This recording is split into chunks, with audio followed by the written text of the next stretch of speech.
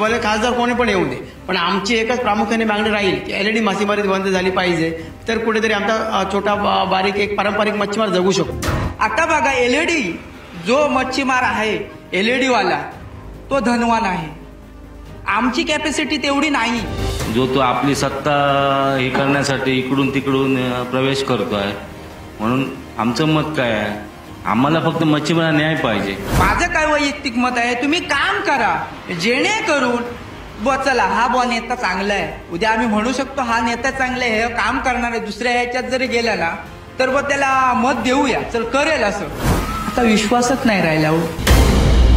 एक पक्ष म्हणून त्यांना मत देत असतो, तो आमदार खासदार म्हणून मत देत नसतो, एक पक्ष म्हणून मत देत असतो. मग त्यांचा ते अर्धार करतायत, मग ते 5 वर्ष इकडे तिकडे जाता कामा नाही. महाराष्ट्राला 750 किलोमीटर लांबीचा समुद्र किनारा लाभलेला आहे आणि या 750 किलोमीटर समुद्र किनाऱ्यावरती अनेक बंदरं आहेत, अनेक कोळीवाडे देखील आहेत आणि या अनेक कोळीवाड्यामध्ये राहणारे स्थानिक जे कोळी बांधव आहेत त्यांच्या अनेक समस्या आहेत.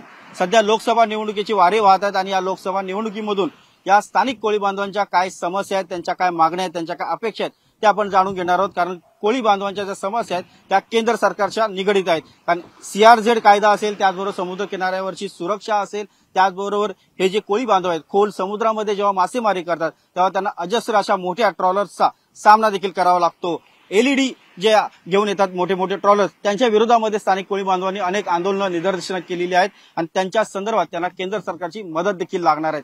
त्यामुळे देशामध्ये जे नवं केंद्र सरकार येणार आहे या केंद्र सरकारकडनं या स्थानिक कोळी बांधवांच्या अनेक अपेक्षा आहेत, त्यात आपण जाणून घेऊया. आपण आहोत मालवणच्या समुद्र किनाऱ्यावरती. नवं जे केंद्र सरकार आता स्थापन होईल त्या केंद्र सरकारकडनं स्थानिक कोळी माणूस म्हणून तुमचं काय अपेक्षा आहे, मतदार म्हणून काय अपेक्षा आहे? नमस्कार, रश्मी रोगे, दांडी मालवण. प्रामुख्याने आमची एकच, जसं शेतकऱ्यांचा शेतकरी किंवा भाताची शेती किंवा काय बिझनेस असतो तसा आमचा बिझनेस हा प्रामुख्याने आमचा मासेमारी. पहिल्यापासून जन्मजात आमचा मासेमारी बिझनेस असल्यामुळे त्या धंद्यात आम्ही आहोत. बरेच वर्ष पारंपरिक लढ्यात 2011 पासून जवळजवळ आहोत. त्याच्यामुळे आमची एकच मागणी प्रामुख्याने आहे. आज एलईडी मासेमारी ही म्हणजे मासेमारी ते म्हणजे मासेमारीचा नायधूस बोलतायत आमच्या मालवणी भाषेत, तर तो चाललाय, ते राहत चाललाय. मग त्याच्या ह्याच्यात जर ते एलईडी मासेमारी बंद जर कुठनं करायची असेल तर केंद्रातून त्यांना बंदी आहे. पण जरी बंदी असली तरी इकडे राजरोज पण एलईडी सध्या चालू आहेत आणि आमची प्रामुख्याने एकच मागणी राहील की एलईडी बंद. त्याच्यानंतर प्रोसेसिंग नेट. मग हे जे वाद चालू आहे ते सगळे प्रामुख्याने केंद्रातून आहेत.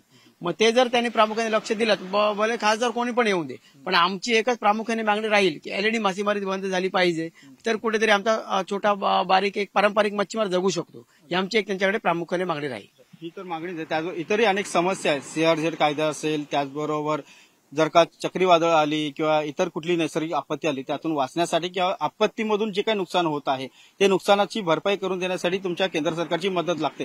NDRFची मदत लागते, त्याचबरोबर कोस्टगार्डची मदत लागते, अशा विविध यंत्रणांची मदत लागते. ती तुम्हाला तात्काळ मिळते का? जर मिळत असेल तर अधिक वेगवान मिळणं आणि इथे त्याचा एक बेस निर्माण होणं हे देखील अत्यंत महत्वाचं आहे. तुमच्या काय अपेक्षा? कारण अनेक चक्रीवादळ सध्या कोकणाने झेलली आहेत. आजपर्यंत बरीच तुम्ही बोलला त्याप्रमाणे बरीच वादळं आमच्या कोकणाने झेलली आहेत. कुठचीही अपेक्षा केंद्र सरकार किंवा राज्य सरकारवरती केली नाही, परंतु सर्वात मोठं वादळ आम्ही आमच्या आयुष्यात बघितलेले तौक्ते वादळ, आणि त्यात जर आम्हाला कोणी मदत केली असेल तरी ठाकरे सरकार मदत नाही, तर जी मदत त्यांनी जाहीर केली ती आम्हाला दीड महिन्यात इथे जाहीर झाली आणि सर्व लोक त्या ठिकाणी समाधानी झाले. त्यामुळे आमचं कुठच्या सरकारवरती रोष नाही किंवा काय नाही. पण ज्यावेळी आमच्या कोकणावरती संकट येतं, मच्छीमारांवरती संकट येतं, त्यावेळी यांनी तत्काळ मदत करणं, ह्याला हे जाहीर करतात पण ते काय भेटत नाही. पण आमच्या ठाकरे सरकारने जी मदत जाहीर केली ती सगळ्या लोकांपर्यंत, ज्यांचं नुकसान झालं कोणाचं झालं नाही त्या प्रत्येकाला त्यांनी त्यांच्या घरापर्यंत मदत पोहोचवण्याचं काम त्यांच्या कार्यकर्त्यांनी म्हणा किंवा त्या गव्हर्नमेंटने म्हणा त्यावेळीच्या मदत झाली. दुसरी गोष्ट तुम्ही म्हणताय रस्त्याचं. आज सिंधुदुर्ग जिल्हा पर्यटन जिल्हा म्हणून घोषित झाला, परंतु तो घोषित होणं आणि बाकीची कामं होणं यात फरक असतो. मग आज इथे स्कुबा डायव्हिंग आहे, मासेमारीप्रमाणे आज आमची लोक स्कुबा डायव्हिंग, वॉटर स्पोर्ट प्रत्येक म्हणजे पर्यटन क्षेत्रावरती वळली आहेत. मग ती वळली, परंतु त्यासाठी हातभार लावणं हे गव्हर्नमेंटचं काम आहे. आज गोवा गव्हर्नमेंट, आपल्या शेजारचं राज्य आहे गोवा, तिथे पर्यटनाच्या ज्या सुविधा आहेत त्या धर्तीतील जरी 50% सुविधा आमच्या इथे या मालवणमध्ये महाराष्ट्रामध्ये मिळाल्या तर आपलं पर्यटन कुठच्या कुठे फुलू शकतं. आपल्यासोबत इतरही कोळी बांधव आहेत, त्यांच्याशी आपण बोलणार आहोत. तुमच्या काय समस्या त्या लोकसभा निवडणुकीकडे तुम्ही कसं पाहता? जे स्थानिक उमेदवार असतील त्यांच्याकडनं तुमच्या काय अपेक्षा आहेत? नवं सरकार जे स्थापन होईल त्यांच्याकडनं तुमच्या काय अपेक्षा आहेत? आमच्या अपेक्षा म्हणजे मी आधी स्वतः जयवंत जाधव मी इथला एक स्थानिक मच्छीमार आहे. दुसरं म्हणजे ह्यानी आता सांगितलं तसं की एलईडीचा विषय समजलं. आता एलईडी मुळे आमची आता मी आता तुम्हाला सांगतो, मी साधारण तीन एक महिने बाहेर गेलो नाही समुद्रात. महागाई किती झाली आहे, काय खाणार आणि काय करणार. असे कितीतरी असे शेकडोनी बोटी आहेत. तळाशील म्हणू का देवबाग पर्यंत पूर्ण धंदा बंद झालेला आहे. तुम्हाला सांगतो, आता जर बाजारात गेलात माशांसाठी तर एलईडीचे मासे असतात, आमचे स्थानिक हे मासे नाही. संध्याकाळी जर आलात, काळोख पडल्यानंतर पूर्ण असा लकलाकाट असतो एलईडीचा, त्याला बंदी आहे. पण कोण हे आता चालू ठेवतोय हे आम्हालाच समजत नाही. काय चालू आहे ते, आमचं पुढे काय होणार हे आम्हालाच समजत नाहीये. पुढे आता पाऊस आहे, 2 महिने बंदी आहे, काय करणार, कसं खाणार. आमची जी पुढची 2 महिन्याची जी आता आमची ठेव असणार ती आता आमच्याकडे सध्या काही नाहीये. पुढचं जर आता सरकार आलं तर माझं एकच म्हणणं आहे की एलईडी आणि फरसन्नट हे बंद झाले पाहिजे. जर आता बघा, एलईडी जो मच्छीमार आहे एलईडी वाला तो धनवान आहे. आमची कॅपॅसिटी तेवढी नाही. ते म्हणजे एलईडीचा तो कोट्यानी रुपयाचा खर्च आहे, आम्हाला बँक सुद्धा देणार नाही एवढा कर्ज समजलं. आणि आमच्याकडे एवढं काहीच नाहीये. मच्छीमार म्हटलं की मच्छीमाराची जागा ही घरापुरतीच असते. कोळीवाडे म्हटले की त्यांची जागा नसते आणि त्याला ते सरकार त्याच्यावरती कर्ज देणार नाही. ज्यांचे कोणते साईड बिझनेस आहेत त्यांना ते कर्ज वगैरे देते, ते करतात. दुसरं म्हणजे आता हे जे तुम्हाला बोटी दिसत आहेत इकडचे आहेत ते मला वाटतं 3 4 महिने सुरमईसाठी गेलेच नाहीयेत. हे जे बारीक दिसतात हे सगळे मच्छीमार दिसत आहेत, हे सुद्धा 3 महिने गेलेले नाहीत. आता आम्हाला कडीसाठी मासे, आम्हाला मच्छीमार आम्हाला दररोज मासे लागतात, बाजारात विकत आणून खावे लागतात. आणि किती दिवसाचे आणून खावे लागतात काय तुम्हाला सांगूच शकत नाही. आणि ते माशांना चव सुद्धा नसते, कारण ते एलईडीचे मासे असतात, जळलेले असतात पूर्णपणे. स्थानिक कोळी बांधवांकडे जर लक्ष दिलं गेलं नाही तर ज्याप्रमाणे विदर्भात आणि मराठवाड्यामध्ये शेतकरी आत्महत्या करतात तसे कोळी बांधवांवरती देखील आत्महत्या करण्याची परिस्थिती येऊ शकते. आपल्यासोबत इतरही कोळी बांधव त्यांच्याशी बोलूया. आणखीन काय समस्या आहेत, केंद्र सरकारकडनं काय मागण्या आहेत, किंवा जो उमेदवार आहेत त्यांच्याकडनं तुमच्या काय मागण्या आहेत, की इथल्या कोळी वाड्याच्या काय समस्या ज्या आहेत त्या सुटल्या पाहिजेत. नमस्कार, मी सन्मेश परब. रोगे आणि भाई जाधवने सांगितल्याप्रमाणे मी त्यांच्या मताची सहमत आहे. आणि दुसरं म्हणजे आमच्या इकडं स्कुबा डायव्हिंग, वॉटर स्पोर्ट यांना पण परमिशन भेटली पाहिजे. त्याच्यासाठी आम्ही मागणी करणार आहोत. नवीन सरकार येईल त्याच्याकडे. पर्यटनाला चालना मिळावी अशी तुमची मागणी आहे, जेणेकरून नवीन रोजगार जे ते निर्मिती होईल. मात्र अनेक नियमांची जी अडथळा जो येतो आणि हा अडथळा विशेषतः केंद्र सरकारच्या ज्या सीआरझेडच्या नियम असतील किंवा इतर जे सुरक्षात्मक नियम असतील त्यांची अडचण होते का तुम्हाला? हो, होते. कारण आमच्या लोकांनी सुद्धा परमिशनची वगैरे फाईल वगैरे केलेली आहेत, पण परमिशन आमच्या लोकांना भेटली नाही अजून. मग त्या प्रयत्नात आम्ही राहणार आहे. लवकरात लवकर आम्हाला सुद्धा स्कुबा डायव्हिंगच्या लोकांना परमिशन भेटावं म्हणून. सध्या जे राजकारण सुरू आहे, लोकसभा निवडणुका, प्रचार सुरू आहे, रणधुमाळी सुरू झालेली आहे, त्याकडे तुम्ही कसं पाहता? तुम्हाला काय वाटतं सध्याच्या राजकारणाकडे बघून? सध्याचे राजकारण सगळं एकामेकाला फुटाफूट झालेले आहे. जो तो आपली सत्ता हे करण्यासाठी इकडून तिकडून प्रवेश करतोय. म्हणून आमचं मत काय आहे, आम्हाला फक्त मच्छीमारांना न्याय पाहिजे. एलईडी असो, आमचा वॉटर स्पोर्ट असो, तो आमचा उद्देश आहे. नवीन येणाऱ्या सरकारने आमची मागणी हीच आहे का आम्हाला एलईडी नको आहे, पर्सननेट नको आहे आणि वॉटर स्पोर्टला परमिशन पाहिजे, हेच मागणी आहे. सध्याच्या राजकारणाकडे कसं पाहतो मी? सध्या जे काही राजकारण सुरू आहे, सर्वसामान्य नागरिक म्हणून तुमचं काय मत आहे मतदार म्हणून? आता काय झालंय माहितीये, महाराष्ट्राचं नाव सध्या खराब झालेलं आहे पूर्णपणे. त्यामुळे आता कोणाकडे न्याय मागायचा महाराष्ट्रात हेच आम्हाला समजत नाहीये. इकडे इथून तिकडे तिकडून इकडे फिरत आहेत, त्यामुळे काहीच समजत नाही कोणाकडे न्याय मागायचा आणि कोण आम्हाला न्याय देणार. आता जर पर्यटन म्हटलं तर मच्छीमार आहेत. तुम्हाला आता मगाशीच मी सांगितलं, कोणाची जागा आहे सुद्धा नाही, तो पर्यटन करू शकत नाही. ज्याची कोणाची थोडीफार जागा आहे त्याचे रूम आहेत, नाहीतर त्याच्याकडे काहीच नाहीये.